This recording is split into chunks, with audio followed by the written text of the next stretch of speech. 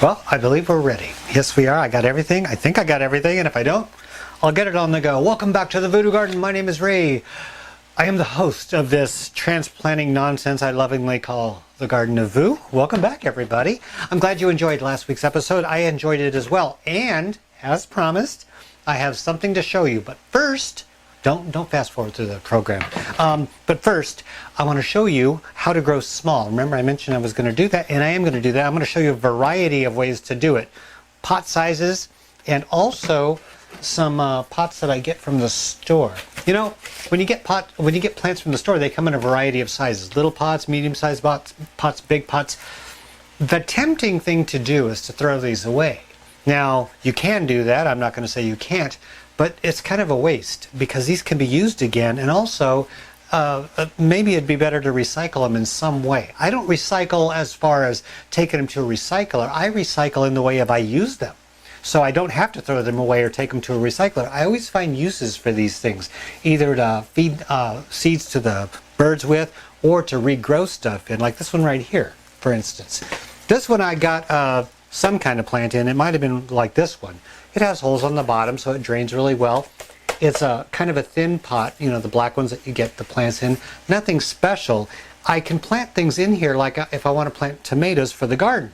It's not going to stay in the Voodoo Garden for very long, so why waste my better looking pots for that when I can just do this, put a tray underneath it, grow it, and then when it's time to take it outside, I put it in the garden, I transplant it out, and I can reuse these again. Also, one of the things I use these for the most in here in the Voodoo Garden, they're very functional for this, is I put plants on top of them. They're very sturdy, they hold my plants, and they take them closer to the light. So I use them as risers for my plants. I actually do that. You'll see it all over the Voodoo Garden whenever I take you on a tour. You'll see my plants at various heights. That's what I use these things for. So don't throw them away. Find uses for them, or if you have friends that garden, they might be able to find a use for it. What I do have is a very small amount of pots to work with. I'm getting kind of short on these things because I have so many plants at the moment. So I don't have any new pots, and the store, Walmart or Home Depot, they don't really have a big selection of pots to choose from at the moment. Getting them online seems like an option, but it costs more to ship them to me than the pots are worth. So yeah, I really don't have a lot of options. So I'm reusing these old ones that I have. These are the old blue, and they used to be red. I say used to be because look at this mess. This pot, oh yeah, here I come again. I like traveling up and down to the camera. I want to show you this, see if I can swing my little leg over this without hurting anybody. There we go. This is an average everyday pot that I use. It has a drip tray that snaps onto the bottom, which is wonderful. They're very inexpensive. I got them on clearance for a couple bucks at Walmart, which is a really good price. I use them over and over again. Now what happens with these are plastic. So you got to make sure that you water them just right, because plastic does not let moisture evaporate out through the sides like clay. But it also doesn't look as crappy as clay until they get old. Look at this. This has never been outside. This has always been inside, but you can see the bleaching of the color because of the light. Yeah, isn't that crazy? That is one butt ugly pot. But I'm going to keep using this thing because it's still functional. It may not be that pretty, but then again, I don't grow my plants for the pots to be showcases. I grow them for the plants. So it really doesn't matter to me as long as it holds dirt. This one's getting to be a little bit too ugly. I mean, I do have my standards. They may be way down here, but I do have them somewhere. This is too ugly to grow a plant in. People, if they see my plants, they're not going to notice the plant. They're going to notice that butt ugly pot. So I use this for a riser for my other pots. Or if I have one that might have a hole in it, I can put it in here to hold the water. So it is going to be functional, but I am definitely not going to be using this today to transplant into. I dug through my pots and I found some. This one is still has its color, and I do like blue. It's one of my favorite colors. I also found its brother. Yeah, its little brother. This one is a tiny version of this. 6-inch pot, 10-inch pot. I think this is a 10-inch pot or 12-inch, something like that. This is good for growing small. This is good for growing medium. Now what I'm growing medium is something right here, and I want you to come up and see these things. I'm going to show them to you once, then we're going to back off a little bit, and then we're going to start repotting, okay? One rather unremarkable plant right now is something that I hope in the future will be rather remarkable. This is a tomato plant. And it's not just any tomato plant. This is grown from the seed of a tomato I grew last year, and it's a relative of Boxcar Willie. It's called Mule Team. Mule Team is a large beef steak full of flavor, not a lot of goo with the seeds, not a lot of seeds, but like I said, it's packed with flavor. I love this thing. So I saved a few seeds for myself. I gave away some, I sold some, but I saved about 7 for myself. I planted a couple and they germinated. Both of them germinated, so I had a 100% germination rate. Yeah, I am starting my tomato plants a little bit early, yet I have the light inside the VoodooGarden, so I can grow them healthy and happy inside the VoodooGarden until it's time to take them outside. The reason I grow them, start them early instead of 4 weeks. Remember on the weekend edition I mentioned to start your plants 4 weeks before it's time to go outside. That's if you want to have a plant about this big to plant outside. I like plants a little bit more advanced. The reason I like that is because the longer I can grow it inside to get it ready, to get it pruned, to get it strong, beef up the stems and the leaves and get it healthy with a good root system, the more I can do that inside, the less it has to do it outside. It can start producing tomatoes sooner. I started this procedure back in Minnesota with a short growing season, and it worked wonders for me. So I'm taking this into Iowa and I'm doing it here. I have the light, I have the soil, I have the pot, I have the time. Why not? And so that's my Boxcar Willie relative, Mule Team. Down here, Mike, my best friend, Mike the dishwasher, wanted me to grow something special for him. And this is what it is. He loves the smell and the potential flavor of habaneros, yet he cannot handle the heat. It would kill him. So there is one called a sweet habanero that does not have any heat whatsoever, yet it has the flavor of habanero, the shape, the plant size, everything of habanero except the heat. And I've never been able to get him to germinate until this year. I found a good supply, and look, habaneros, sweet habaneros. So we're going to be having these growing out in the garden. I got 2 of them in case one of them dies. Hopefully they'll survive in here until it's time to take them outside. And we're going to have a taste test and see for the very first time if these are as sweet as they say they are. We're going to eat one right on camera, so if it's hot, we'll die. If it isn't, we'll smile. That's how it's going to work. So keep an eye on these in the future. I'll show you how they go from sprouts to what am I talking about? Oh, from sprouts until harvest. Sorry about that. I'm trying to rush through this so I can get on with the program. This is the little cuttings that I took of the purple passion plant. And over to the left, these are cuttings I took of the pothos. I got rid of the mother and I kept a couple of the cuttings. And look at the size of these leaves. They're not your ordinary size pothos leaves. Normally they're smaller. This one's bigger than my hand. And I credit this from the good soil, good growing conditions, good light, but also, you know, when you take cuttings, you put them into water and you let them root a little bit and then you plant them. I did something just a little bit different, and I'll show you what it is. Instead of using water, I used compost tea. Yeah, the compost tea that I make out of my compost, I put that in here, and I put these in here and let them grow nice. But look at the roots. They're not just the little roots. The lower roots are big, fat, stinking healthy roots. So I got some healthy roots going on this one, and that is going to bode well for the plant to be able to grow. Now I'm going to swing right over here. Try not to make it dizzy. Let's see what these roots look like too. It's hard to see the roots because they were in the compost tea, but I'm sure they're doing okay. Oh yeah. Oh yeah. Look. That's a nice set of roots all along the stem. And these are the plants that I'm going to be transplanting to do my version of growing small. I showed you the blue pots, the large and the small. They have drip trays attached. There's another pot that I haven't shown you, and it's right here. This has a drip tray attached as well, but look, it has a little tiny lip down there, and the lip is out of sync. Let me switch this with my hand. It's supposed to go over here. So I'm going to snap it off and then snap it back on. And what that does is it has a lip that comes out that you can pour water into water from below.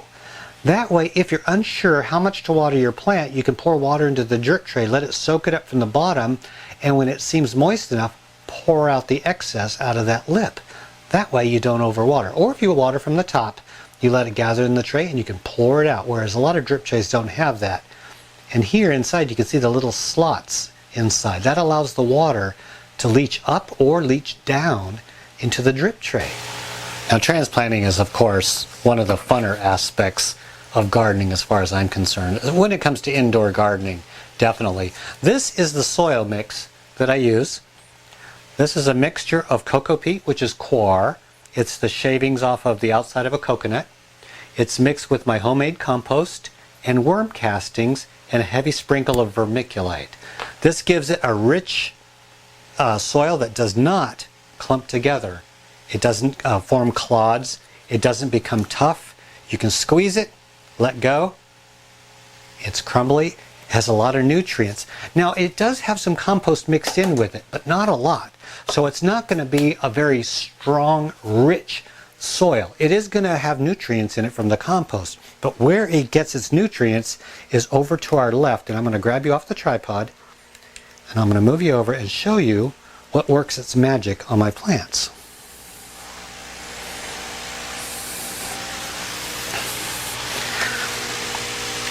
Right over here is my bucket, and I have a little bamboo stick. Once a day, I stir it,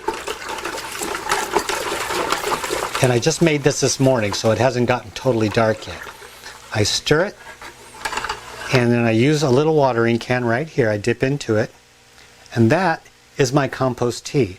It's just a handful of compost, a heaping handful, dumped into a 5-gallon bucket filled with water, just regular well water. And I stir it up once a day, and the compost falls back to the bottom. But the water has the nutrients. It's a nutrient extraction, not a bacteria-forming compost like brewed compost tea. This is a steeped tea. This has nutrients that goes into the water, and it goes into the soil to feed the microbes, and the microbes take that and they make food that the plants can use. So that, as we swing over, that is the majority of what these plants are living off of. It's not so much what's in the soil, it's what I pour into the soil to keep them going. That's what keeps everything growing beautifully in here. 100% compost tea. Now, the stuff in the soil wouldn't last very long if it was the sole thing feeding the plants, because compost, I just don't have enough of it to make a ton of soil. So I have to rely on the compost tea. It's very economical to use. Now, I'll of course be mentioning this on another program later on in the year, because I do make some and put it on the website, but that's not why I'm doing this program. I just want to show you how I do things so that you'll know. Okay, the first thing I want to do is take the plants out of the compost tea, lay them out. I have 4. You can start with any amount that you want. This is just how I'm going to be doing this. You can do it any way you want, because as these grow, you can snip off the tip and they will form more plants as they grow. That's how we're going to be growing such a lush plant. As the 4 grow out, one over here, one over here, one over here, one over here, they're going to vine down. That's not going to look too spectacular, but as they grow, I'll be snipping them off. They'll be putting out more shoots into here, and it'll fill out the plant. That's how we're going to get a nice bushy plant. It's a process. So what I do first is just put a little bit of soil in there. Do not pack it down. And then toss one plant on one side. Not quite to the edge. Almost, but not quite all the way to the edge. That's in the 12 o'clock position. And the 3 o'clock. 6 o'clock. Look at me telling time. And then the 9 o'clock position. I could put one in the middle, but they do need room for the roots to grow, so I don't need to put one in the middle. It will eventually fill in on its own. And then I just gradually and gently pour in the soil.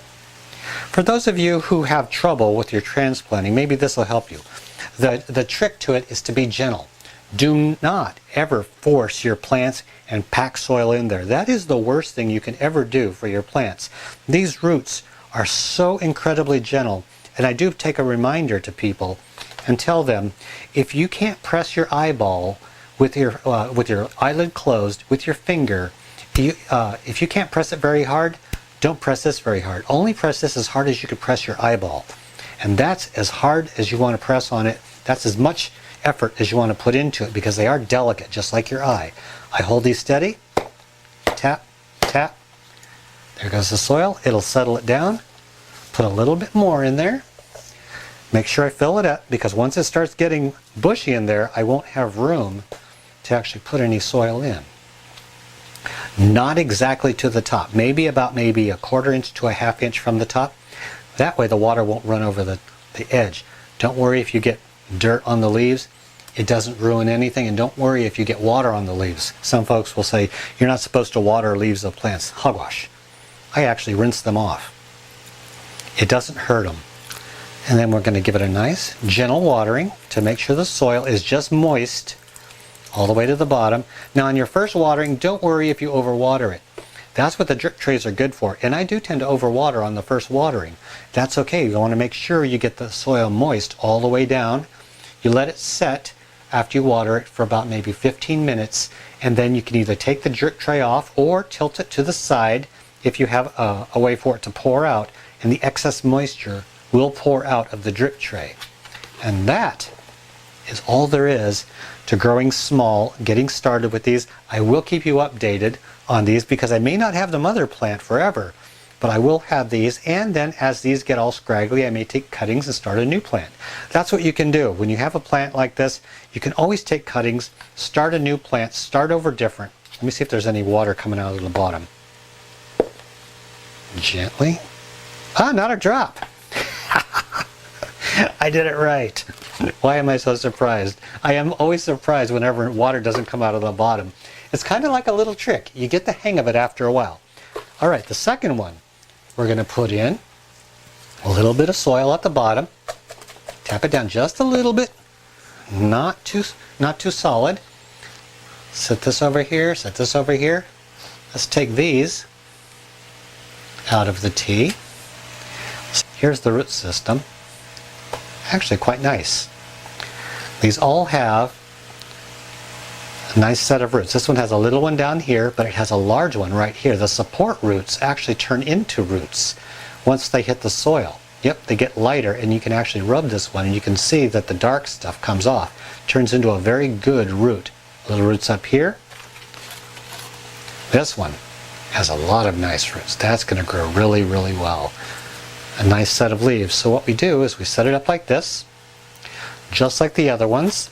Now, these ones are going to be a little bit different. We have two long ones, just like this, but we have two short ones. We can't put these ones in there like that, otherwise we can't fill it up with soil, otherwise we'll bury these. So what do? We start burying the larger ones first. So if you have different size cuttings, that's okay. You can put them all in the same size pot. Sometimes you got to support them a little bit, and that's okay. That's why it's good to have two hands. So when I'm holding the camera, I fail horribly at this kind of stuff because I have to have two hands in order to do this. There we go. A little bit here. A little bit more. Now remember, don't press down on that soil. Don't you do it. Don't do it. These have stronger roots than the other ones, so I can actually press them down just a little bit. It's not going to break the roots. But I want to make sure they're going to go down underneath the soil level. Right like that. This one, move the soil a little bit, because you don't want to push it in too hard, otherwise you could snap the roots. But you get a feel for this after a while. It's like any skill. Practice, practice, practice.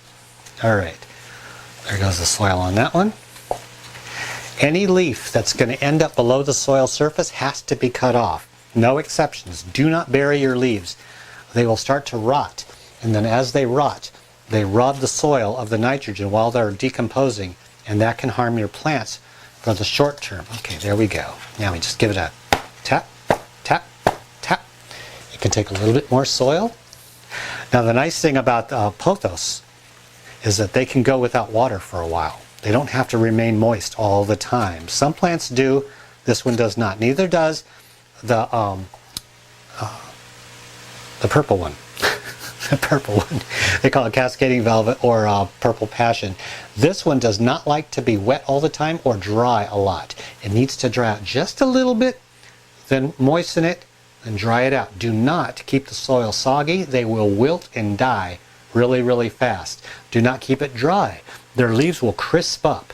All right. The light that you're going to need for the purple passion plant is pretty much bright but filtered light. Don't give it direct sunlight. This one, it can go on really low light or really bright light. The richer the soil, the brighter the light, means the bigger the leaves. So make sure you give it the best light you possibly can. Even though it can take less light, it's good to give it more light. Now the compost tea that they were sitting in can also be used to give them their first watering. It's good for them. Nice, good, and make sure you rinse off the leaves so that, and you really don't have to, but I just like to get the dirt off the leaves. I mean, come on, have a little courtesy for your plant. They're going to grow well for you. Give them a good start. There we go. Got a good watering. It feels about right. Now what I'm going to do is just set these off to the side, keep them out of really bright light for the first, I'd say, week to let their roots settle in, and then put them in the conditions that you want to grow them in. And that's all there is to this. Dirt under my nails. I think if I had clean nails, I wouldn't know how to act. Well, thanks for sitting around and keeping an eye on me for this little demonstration. Oh, still no water going through. Very good. They seem kind of heavy, but there's no water dripping out, so that's a good thing. You never ever want to have your plants in setting water. That's not a good thing. Some old-time gardeners will tell you that you put a tray underneath them, water them, let the water pour out there, let it sit in there for a while. No, that's not a good thing, because if you forget, then those roots are in the water and it really saturates the soil and it keeps it really, really wet. And your roots can rot in there, because that is just not good for plants that grow in soil. This is soil gardening. Soil gardening needs oxygen to get into the soil. You water it, it feeds the roots, then it has to dry out. Oxygen has to get back into the soil. Otherwise the soil gets sour and the roots start rotting. You get fungus in there and it's not good for them. So that's the trick to successful soil gardening. And as you know, in a couple episodes ago, I tried my hand at hydroponic gardening. And I just looked at it every now and then throughout the years, and I thought, it's not really my thing. But then, for some reason, I started feeling like I wanted to give it a try. So I did. And you saw what I did. I put some plants in there. Now, some folks were encouraging, and they wished me well. And then there were some folks who, like I say in all my programs, there are always people who are going to look at something half full or something negative. And I had some folks say, that's not going to work. No, you got to do this. No, that's not how things work. You're going to have a total flop on your hands. Well, I want to show you, okay? Now, like I tell people, you can believe what people tell you, or you can believe what you actually see with your own eyes. So I'm going to show you my update. I don't know how this is going to work in the future. All I know is from that day until this day, what's going on. What goes on in the future, we'll just have to wait and see. But for right now, I got something to show you. I have a little bit of a picture clip. I took a picture every so often as the things grew so that you could see it. So I'm going to show you the pictures from day 1 until today.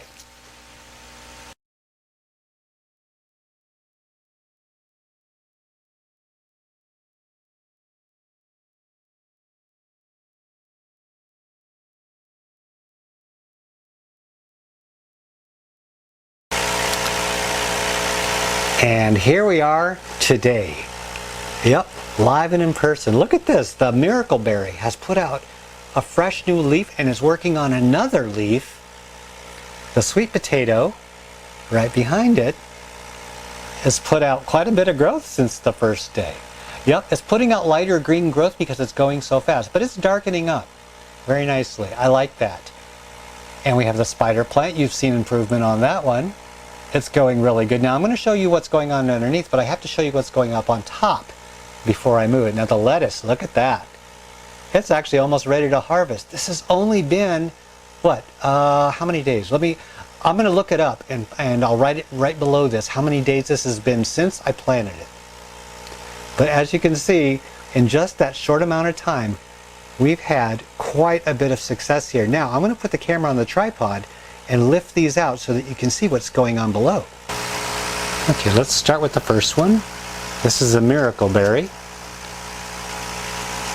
I see nothing going on in the way of roots, and that's not something that's going to be expected to see roots, because it's a very tiny plant and it has a taproot that goes straight down.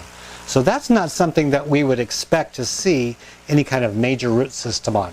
Let me move a plant over here to your left, and then we're going to lift this one out. This one is the sweet potato. They're known for their roots because, you know, they're sweet potatoes. Holy Moses, look at this. The root system is coming out the holes and enjoying the water and the compost tea down there. Let's put that back in there. I don't like to keep them out of the water too awful long.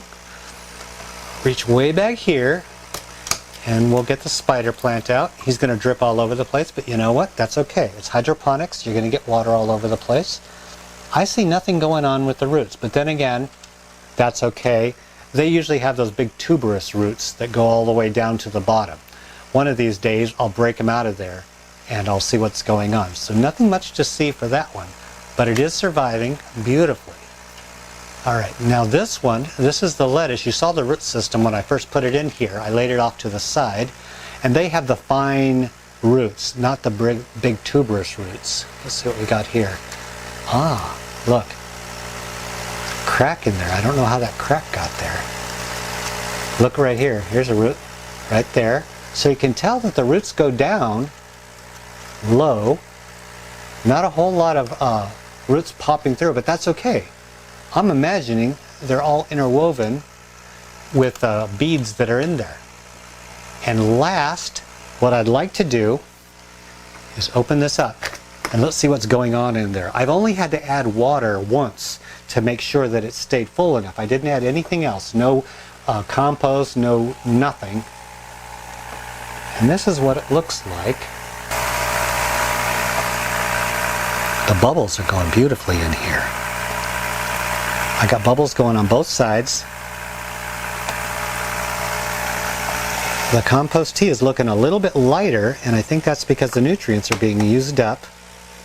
You can still see into here like you did before.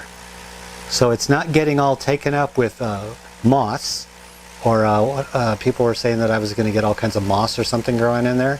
It's just a little bit green, but it's not that much. So I think I might want to add a little bit more compost tea in there, the stuff that I brewed up in the bucket. Next time I add water to it, I'll just keep adding compost tea instead of water. But that is the hydroponics system update that I promised you. And my opinion, I guess what matters is your opinion, but my opinion is it's doing incredibly well. It's doing good for just a short period of time it's been working. I will keep you updated as we go. Oh, it's a good day. It really is.